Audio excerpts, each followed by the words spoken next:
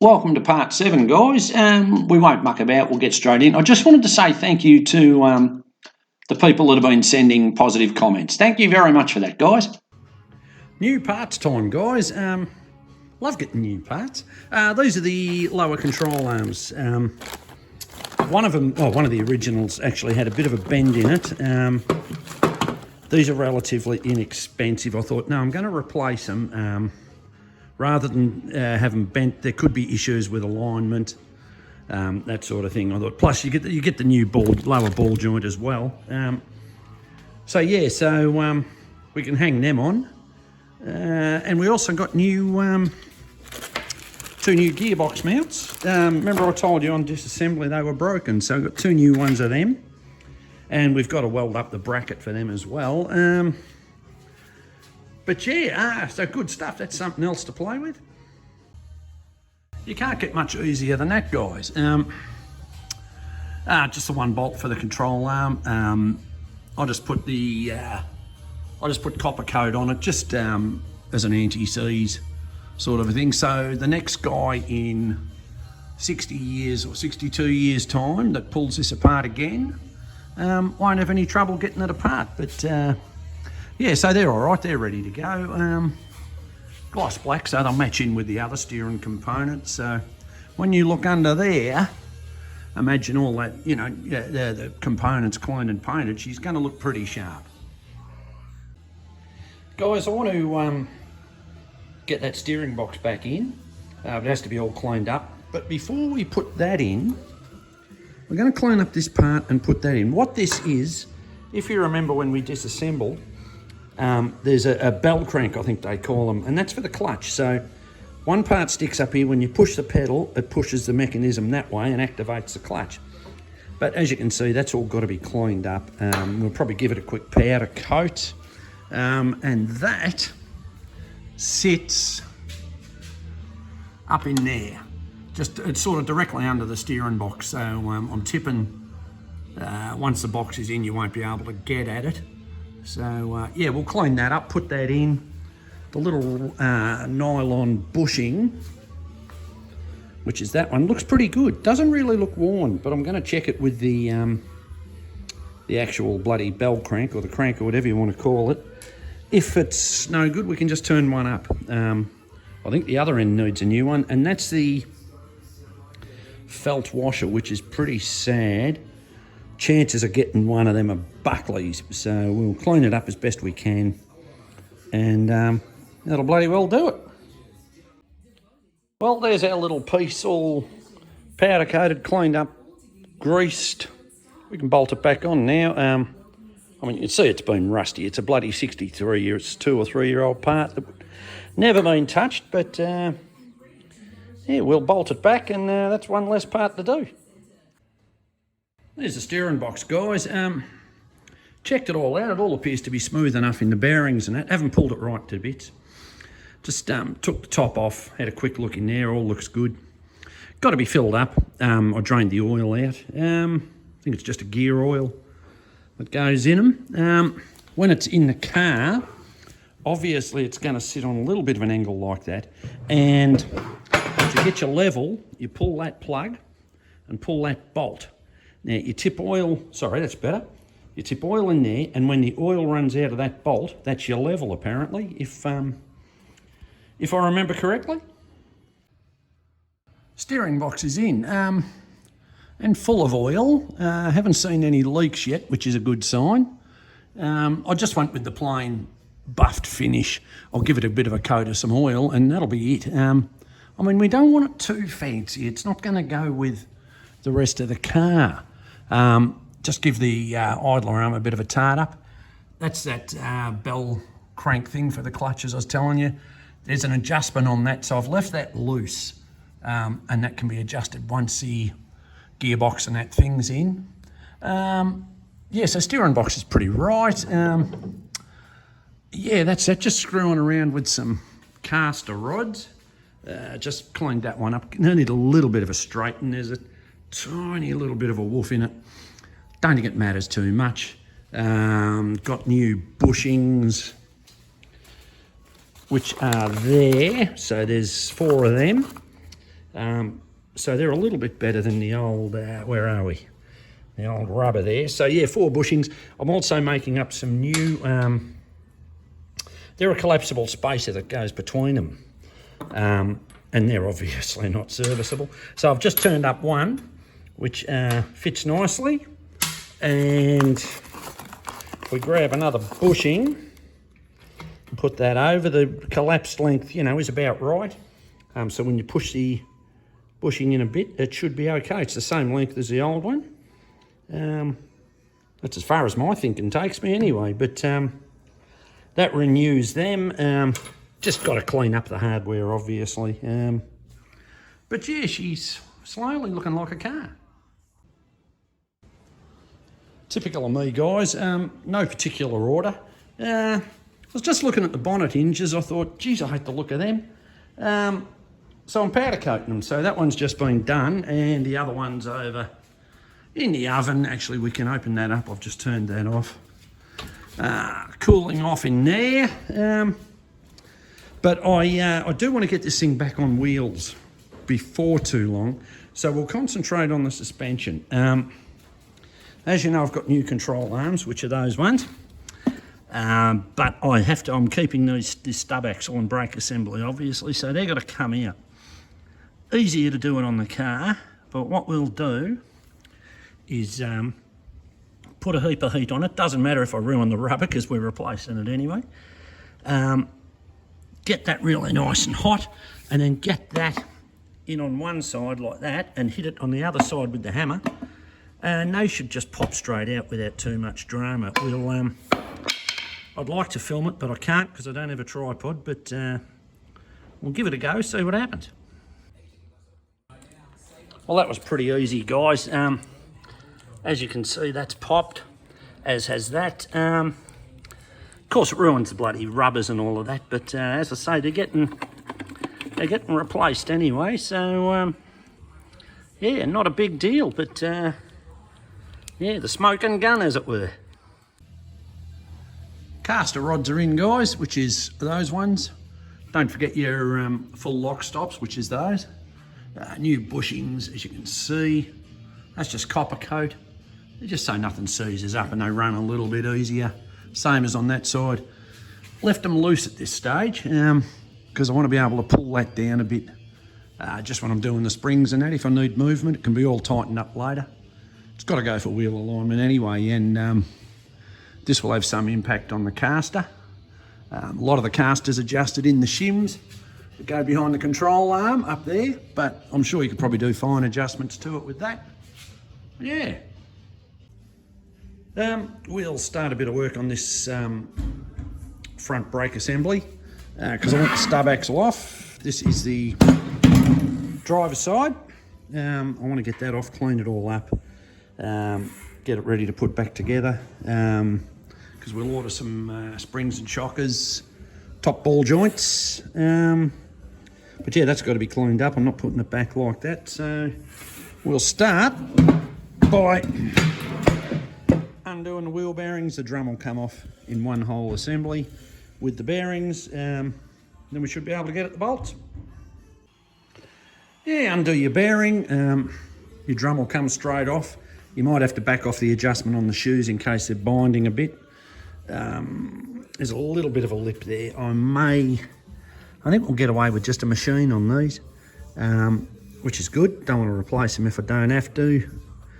Check the bearings and seals. Linings, I'll put new linings on there, getting pretty low.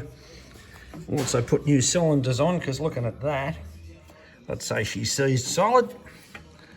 Yeah, sure looks like it, but yeah, all of this you can get quite easy. There's no big, that's just standard Bendix brakes. There's no big deal in any of that. Yeah, we can undo 1, 2, 3, 4 from the other side. That'll separate the backing plate from the stub axle.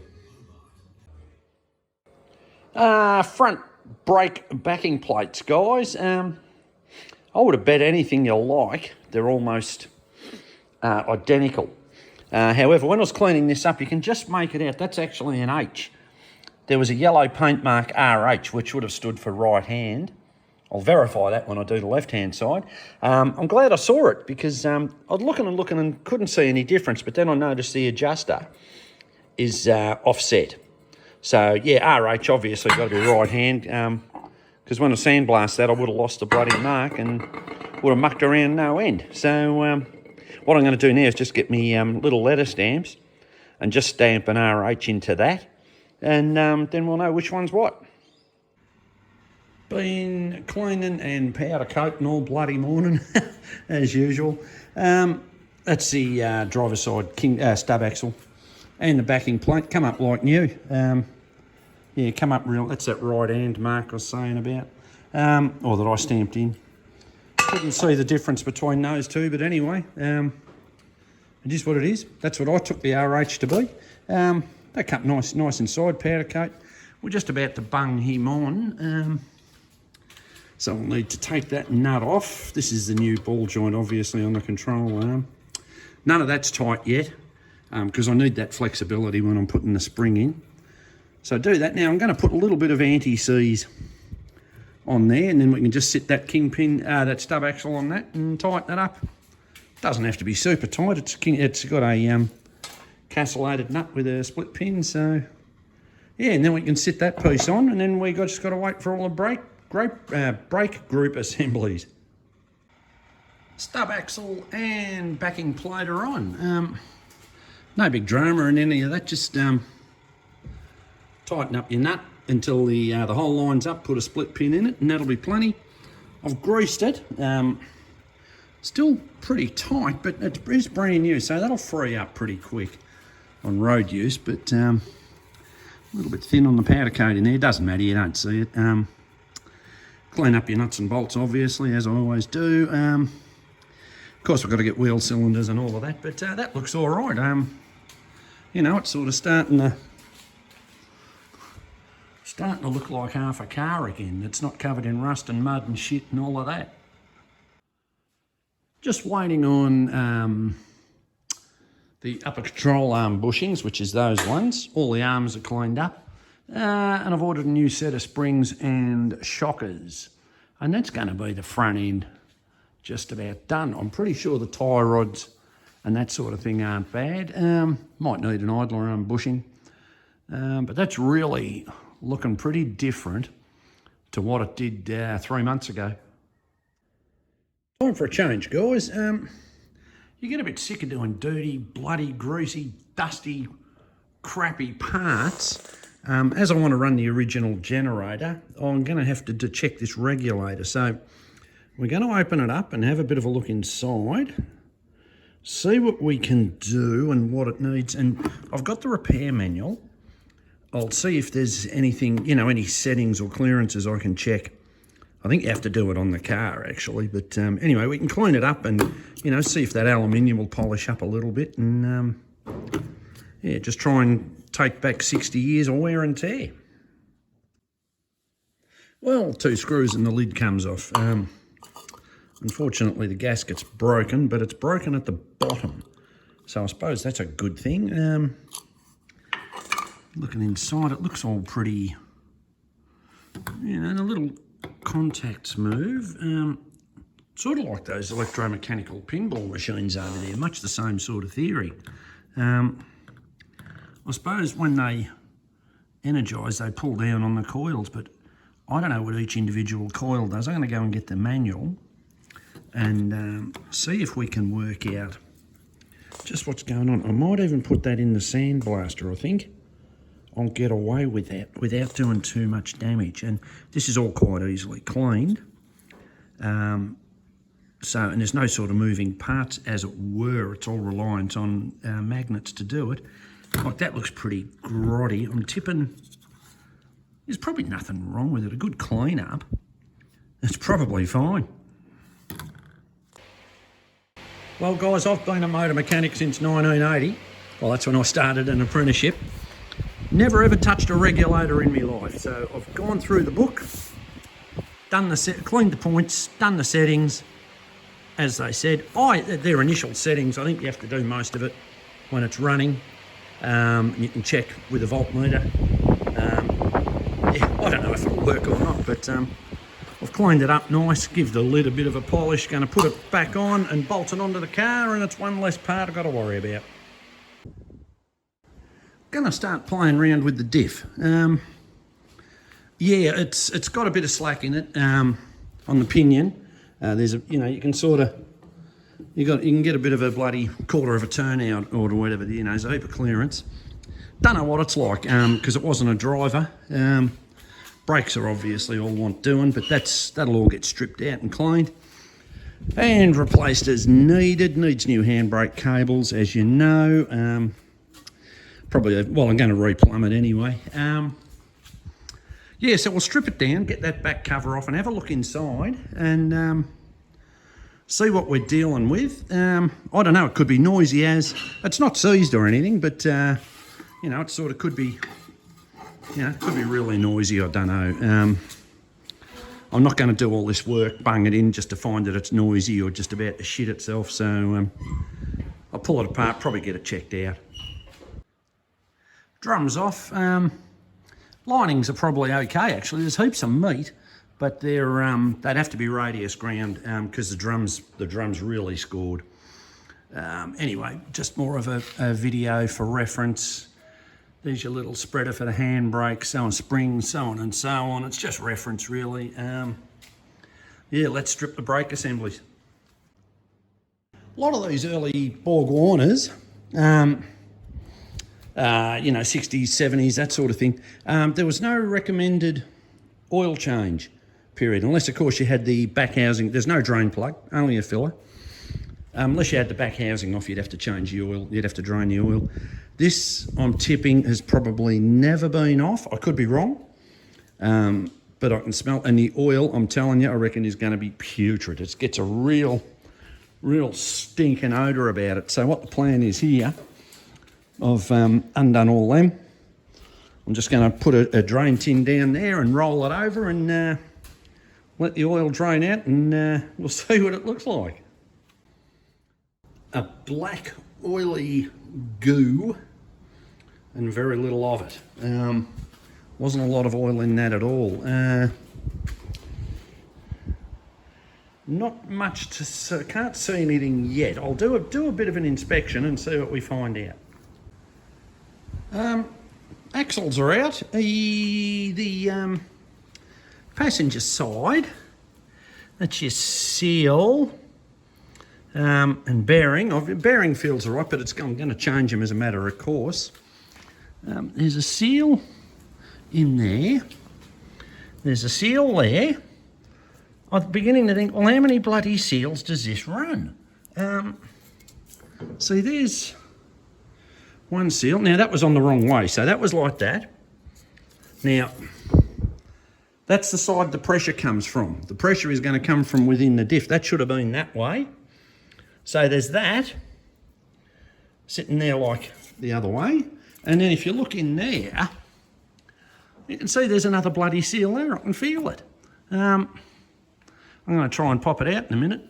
The other side, well, that tells its own little story. Thought the bearing felt a bit funny. Have a look at that. Half the balls are missing out of it. It's dry as a bone. Look at the gap in that. Look. That's all had it. And I'm tipping that seal in there. So what I'm going to do is pop these seals out if it hasn't destroyed it. So that feels like metal. Oh no, it's a seal. Yeah, I think I better send the diff off and get the diff checked right out. If any of that metal's gone in through the diff gears and that, it'll make a bit of a mess of it. Yeah, I might put that in, get it repaired, checked out, reset, you know, get the pinion and that checked. Cost a little bit, but I think it's going to be worth it. I could probably do it myself, but they can press on new bearings and shit, and I'll deal with it from there. Well, that's all stripped out and ready to be sent off. I had the devil's own job getting the seals out of that. Look at that, I've had to mangle them to get them out. I've never had seals that tight. They're the originals. And I'm tipping why that's had a second seal put on it. Yeah, I don't know, there's a bit of a story in this. It was very low on oil. I'm tipping the oil's obviously got out through the seals at some stage. That's probably what stuffed the bearing on that axle. I don't know, but it was very low on oil. The gear set looks all right. Anyway, I'm going to put it in, get it fixed and checked out properly. New toy time. Just got the new front coils and shocks. Yeah, they said they were 30mm lower. That looks more like about 50. I suppose once it's in, it'll only be about 30mm. Yeah, I mean, look, I could probably have cleaned them up and painted them, but I thought, no, I'll get some that are a bit lower, and you know, yeah, nothing better to do with me money. Said it before and I'll say it again. Some people shouldn't allowed to be allowed to work on cars. Maybe I'm one of them. Just cleaning up, looking at the diff housing, checking the diff. I've spoken briefly. I don't know if I'll send it off or not. Even if it needs a gear set, I'll probably never find them. Anyway, we'll see if we can work with what we've got. Pull the filler plug out. Have a look at that. Now, how do you butcher something as bad as that? Look at that. That is bloody disgusting. And what it had was this bolt and all those sealing washers on it. So it had all that on it. Wouldn't you just get a tapered bloody plug? I mean, look at that. That is just, you know.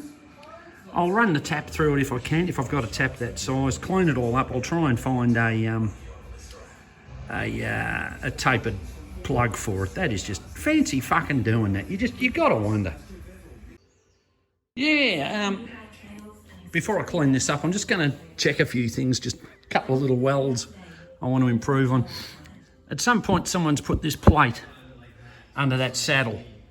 Don't know whether it rusted out or what.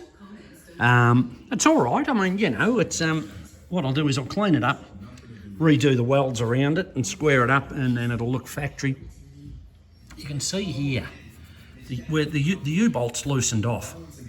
And it's chopped that out, so I'm going to fill that with weld and grind it back nice. Other side's not too bad. I'll just put a bit more weld. Doesn't really need it because it all bolts up. It's not hugely structural, but yeah, as I say, I don't know who's been working on this bloody thing. I don't know, but some of the repairs aren't bad and some of it's shit. I suppose you can't win all the time, can you? But yeah, we'll get the grinder out, clean it up, run some weld, see how it looks. That's that low spot fixed up, guys. Not too hot either. Yeah, I'll tell you about that. Just filled up with like that. Just that one was pretty bloody low. I thought I'll just put a bit of weld in it just to build it. That'll be all right, as will this side. For whatever reason, that side come loose. Who knows? Kids doing burnouts or something. So I ground it to clean it up and then just welded in that depression. Just the trick here is, and I'm no expert, but take your time with it because too much heat in this housing will warp and you'll never get your bloody axle in and it might not track straight. Could be any issue. So just a little bit, let it cool, little bit, let it cool. Truth be known, I probably created more heat grinding it than what I did actually welding it. I could be lying too. That'll be all right, and just a coat of paint. By the time you put the U-bolts and shit on it and brake pipes, you'll never even know. Gave the diff a bit of a coat of that black shit, that tarry shit, you know what I mean? Come up all right. The yoke's still got to come out. I've got to put a new pinion seal in it. I'm going to take a chance on the diff. Look, I think we'll be all right. And worst come to worst, if it's noisy, it has to come out again and get rebuilt. As I said, it's probably near impossible to get a pinion and crown wheel for it. Just changing the axle bearings. You can either press them off or cut them off. I just chose to cut them off.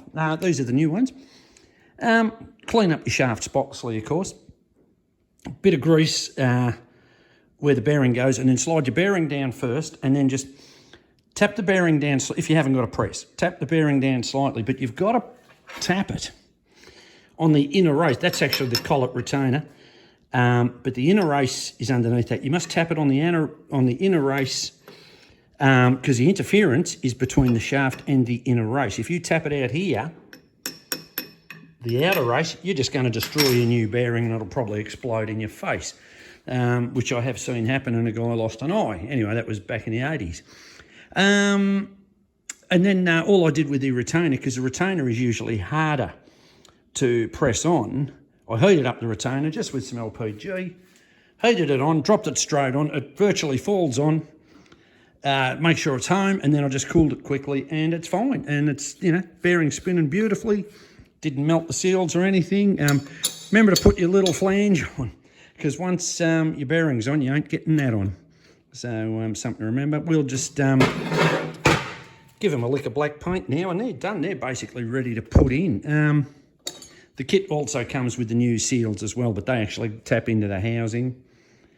And as I say, still waiting on those bushings for the bloody control arms, and I'm waiting on the leaf springs. I think I showed you all this. Assembled those saddles. I may have them the wrong way around. I'm just about to check that, and I'll show you if I have or haven't. But that's a little bit of an update. Complete change of pace, guys. I'm so sick to death of cleaning bloody suspension components and that.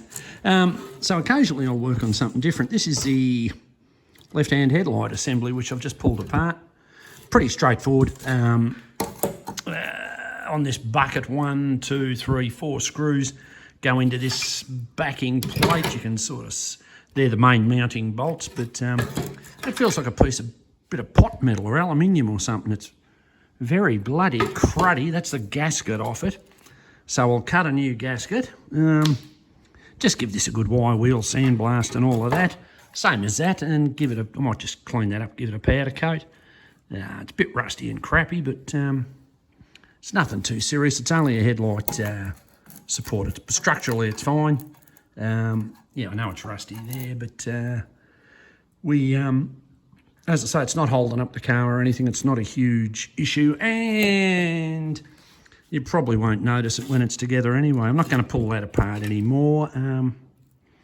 Yeah, just give it a damn good clean up. As you can see, there's 60 years of crap on it. Headlight, I've got new headlights anyway, but I'm not going to chuck these. As I said, the original Lucas, made in England, and it's got those old, as I've shown you earlier, it's got those old stickers on the back, and it's very different the way it's wired. It's not your normal 3-pin, but anyway, I don't even know if they work, but I'm not using them anyway. But I'm not going to throw them out just because of their originality. I know that doesn't make them worth anything, but just they're so bloody old, so yeah, I'm just surprised they're actually even on the car at the age of it. So, endeth the lesson. Yeah, thanks guys, that's part 7. Part 8 will be along in a week or 2 or 3, whatever it is. Yeah, we're really starting to get there now, so yeah, take care guys, talk to you soon.